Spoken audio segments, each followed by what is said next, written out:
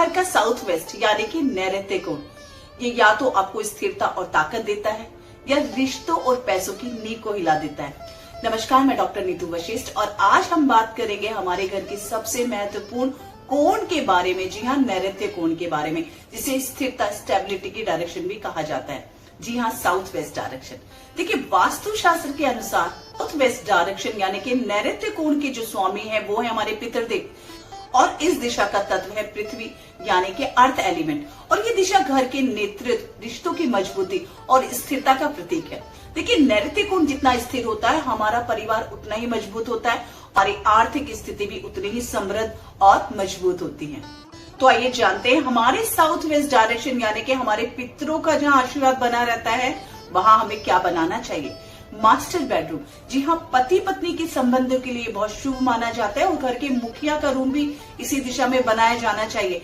इसके अलावा अगर इस दिशा को हम भारी रखते हैं, भारी सामान यहाँ रखते हैं, यानी कि हमारे घर का जो कबर्ड रहता है, बड़ी जो अलमारियां रहती है, वो हम इस दिशा में बनाए तो बहुत अच्छा रहता है। साथ ही हमारी घर की जो तिजोरी होती है वो भी हमें नैऋत्य कोण यानी कि नैऋत्य दिशा में ही बनानी चाहिए।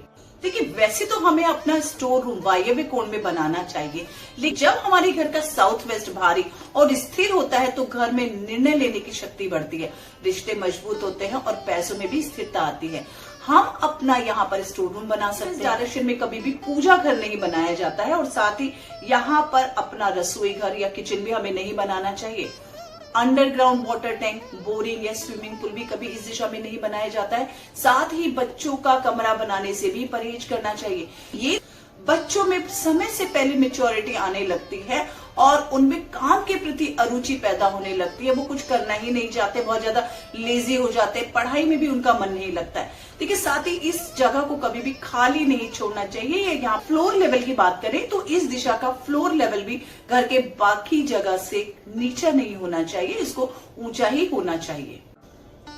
रंगों की बात कर लेते हैं। देखिए, इस दिशा में कभी भी हरा रंग, काला रंग, नीला रंग नहीं आना चाहिए। यहाँ हरे पेड़ पौधे लगाने से भी इस दिशा में परहेज करना चाहिए। साथ ही इस दिशा में कभी भी पानी का सोर्स नहीं आना चाहिए। साथ ही पूजा घर या फिर घर का जो फ्लोर लेवल है, अगर वो नीचा होता है तो परिवार की नींव हिलने लगती है और उसका परिणाम, उसके इफेक्ट्स ये होते हैं कि पति पत्नी में हमेशा कलेश रहने लगता है। साथ ही घर के मुखिया का जो निर्णय होता है या वो कोई डिसीजन लेते हैं वो बहुत ज्यादा गलत होने लगते हैं। आर्थ और पैसों से संबंधित समस्याएं आनी शुरू हो जाती हैं। बात करें तो इस दिशा में सोने वाले व्यक्ति को नींद से संबंधित समस्याएं आने लगती है और मानसिक तनाव भी बनने लगता है।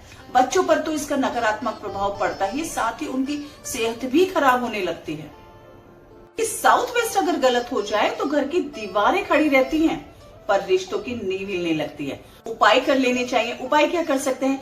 देखिए, साउथ वेस्ट को हमेशा भारी और स्थिर रखें। दीवारों पर गहरे रंग, ब्राउन रंग का प्रयोग कर सकते हैं। डार्क येलो रंग आप इस दिशा में कर सकते हैं। अगर यह पानी का सोर्स है तो कॉपर पिरामिड या फिर नैऋत्य यंत्र लगाकर इस दिशा के वास्तु दोष दूर कर लें। पति पत्नी के रिश्तों को मजबूत करने के लिए यहाँ पर आप उनके बेडरूम में कपल की फोटो जरूर लगाएं।